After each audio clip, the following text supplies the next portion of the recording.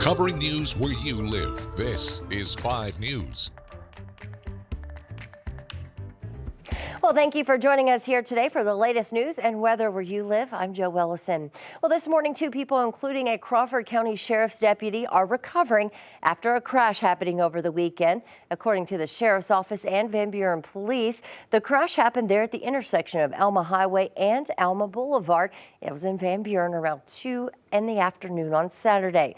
Police say the deputy was heading to a disturbance call with lights and sirens activated when the deputy and another car crashed into each other. Crawford County Sheriff Daniel Perry told 5 News the deputy has a concussion. The deputy, along with the driver of the car, were taken to the hospital with non-life-threatening injuries. Of course, stay with us here at 5 News for any updates on this story. And the NTSB released its preliminary report into that deadly plane crash in Little Rock. You may remember it. It happened last month and claimed 5 lives. The twin-engine plane crashed shortly after taking off from Clinton Airport. The new report confirms a severe storm front was headed directly to the airport when the plane took off. It also lays out the timeline of communication between the pilot and air traffic control, saying there were multiple weather alerts issued to the pilot.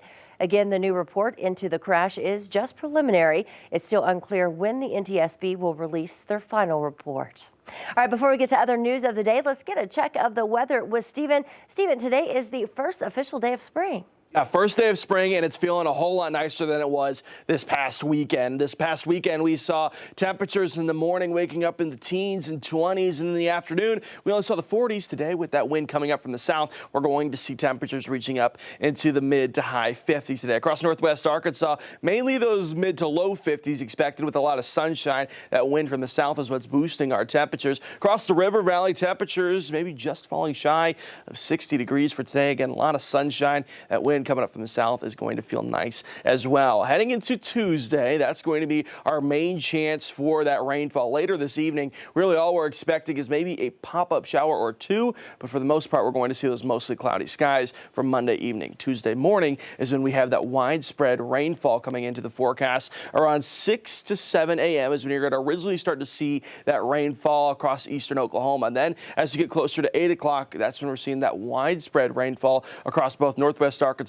and the river valley. That widespread rain going to be lasting throughout the morning hours. And then as we get into the afternoon, heading into Tuesday, into the evening hours, we're just going to be left with some mostly cloudy skies. So some widespread showers expected for the morning hours heading into Tuesday. Now, here's our next chance of some rainfall coming on Thursday. Wednesday, we get a little bit of a break, but Thursday, our next chance of rainfall is coming in the way of some thunderstorms. A cold front's coming through, producing those thunderstorms. The Storm Prediction Center has already alerted us of a 15% chance for a storm possibility, mainly across eastern Oklahoma, but northwest Arkansas on the river valley are included as well. We'll continue to update you as these storms get a little bit closer.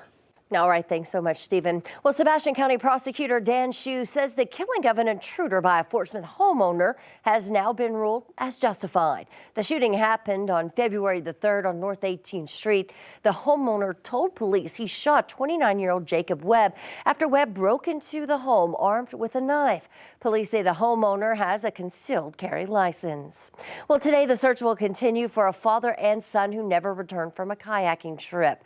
They were reported missing last Thursday off of Beaver Lake. Over the weekend, a prayer vigil was held for 47-year-old Charles Morris and his son, 20-year-old Charlie Morris. This all happened at the Lost Bridge Village housing area near Beaver Lake. We're told the Morris family came down from Kansas City to attend the vigil. We've also learned that the father, Chuck Morris, is part of a band called Lotus. The band posted on Facebook about the search, saying Chuck plays percussion for the band, which kicks off its nationwide tour in April. Investigators say they found 1 kayak and 1 life jacket in the Pine Log Hollow area during the search. The pair, though, started their journey in a fluorescent green and then gray kayaks near Lost Bridge on Thursday around 11 a.m. and haven't been seen since. Well, beer could have a different meaning if a bill proposed earlier this week in the Arkansas legislature becomes law. The House bill would change the Arkansas code so that malt would move from a 5% to 12% alcohol content. The legislation would also define beer as any malt beverage with more than 12% alcohol content, up from the existing 5%. Meanwhile, beer containing less than 12% alcohol could not be called malt liquor. Well, the Fayetteville School Board officially presented the district's next superintendent. Dr. John Mulford spoke briefly at their weekly meeting. He'll take over for the retiring superintendent, Dr. John L. Colbert, who is retiring at the end of the school year after 47 years with the district. Dr. Mulford was selected from 31 applicants and comes from the district from Springfield, Missouri, where he worked as a deputy superintendent. And it's not often that people get to meet their grandma. That can add 3 greats ahead of their name. But for Ezra Holm, who was born this January, he was welcomed into this world by a great-great-great-grandma. 5 News reporter Jose Carranza introduces us to a grandmother that's lived through 6 generations. I was 38 when we moved here, and I'm 96 now. Meet Edith Donahue, the 96-year-old Winslow woman who spent most of her life as a nurse. The city hospital had a laundry in the back, and they got rid of the laundry, and that's where we had our school. I graduated in 1964. She worked at Fayetteville's historic city hospital and even Washington Regional. And at that time, it was a new hospital. And while her age and health is impressive, it's her family tree that's spreading its roots. Granny, as many call her, is now a great-great-great-grandma. 6 generations of Donahue. Oh, there's 6 generations. How did that happen? Very productive. I was 17 when I got married. I was 18 when she was born. And I was 18 when my daughter was born, and my daughter, I had you. At 16, and I had him at 22. He's almost 21. 20 right now. Yeah. So it's just people that do things when they're young. And while she loves to cook, And I love to eat, and I'll eat anything. family gatherings are getting too complicated in Winslow. We have a big family. I've never counted them. I lose count after the great-grandchildren. And I had a kid knock at the door, and I went to the door, and he says, "Hi, Grandma," and I said, "Hi." And he says, "Can I use your phone?" I said, "Sure." He went and used the phone, and he left, and my husband's sitting there, he said, "Who was that?" I said, "I don't know, they called me Grandma." My son, Mark. This isn't the first time the family's featured, though. Edith celebrated 5 generations when her father became the head of a big family tree.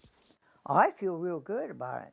But I know a lot of them don't pay any attention to me. While she wants her family to always prioritize an education and working hard, she has one message for her great-great-great-grandchild. I would want them to know what a family is, that he has got a family and that he could go to any of them.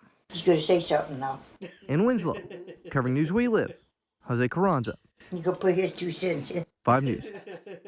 Well, Edith's family says keeping active has been crucial for her health. She enjoys embroidery and spending lots of time in her garden. Well, thank you for joining us here today for the top news where you live. I'm Joe Ellison. Make sure to catch up with us again tomorrow for more right here.